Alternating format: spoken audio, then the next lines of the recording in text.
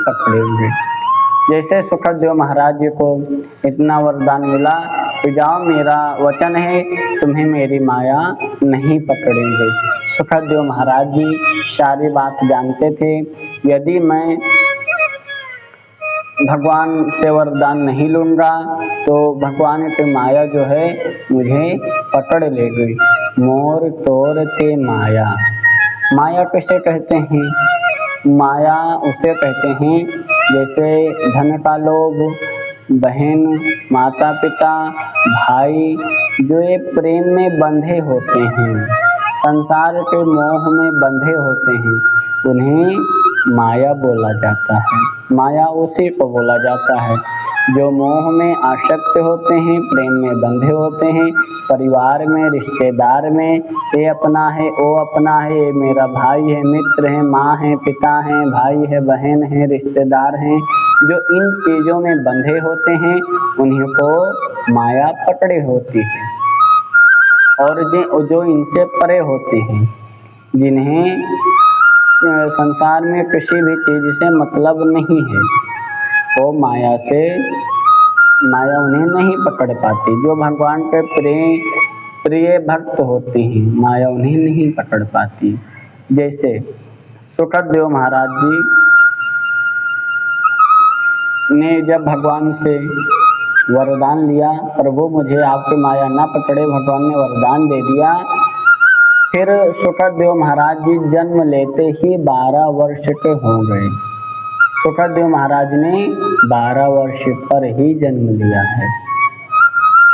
12 वर्ष माँ के कोख में ही उन्होंने बिताया है।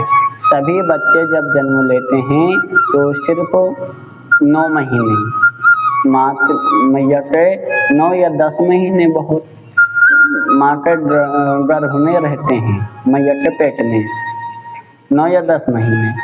सुखदेव महाराज जी 12 साल उन्होंने मैया के गर्भ में ही बिता दिया। उन्होंने जन्म नहीं लिया। क्यों जन्म नहीं लिया? उन्होंने अमर कथा सुना था, इसलिए उन्हें सब ज्ञात था कि भगवान की माया मुझे पकड़ लेंगे। और सुखदेव महाराज भगवान से वरदान लेने के लिए वो जन्म नहीं ले रहे थे। फिर जब व्यास जी महाराज जन्म लेने को बोलेंगे तब मैं भगवान से वरदान मांगूंगा, और जब मुझे वरदान मिलेगा तब मैं जन्म लूँगा। और जब उन्हें वरदान मिला सुखदेव महाराज जी को, फिर उन्होंने जन्म लिया और जन्म लेते ही 12 वर्ष के हो गए। जब सुखदेव महाराज 12 वर्ष के हो गए, उन्होंने जन्म लेते ही अपने पिताजी पर कोई ध्यान नहीं दिया, न मैया पर कोई ध्यान दिया। उन्होंने जन्म लेते ही जंगल की ओर चल पड़े। जैसे उनका न कोई माता है, न पिता है, न उनसे संसार में, सृष्टि में किसी से लेना देना है। उन्होंने जंगल की ओर चल दिए सुखदेव महाराज। जब 12 वर्ष के सुखदेव महाराज जी तन पे कोई वस्त्र नहीं, वस्त्रहीन, नंग धड़ंग, कोई वस्त्र नहीं, वस्त्रहीन, कोई भी वस्त्र नहीं तन पे सुखदेव महाराज जी के।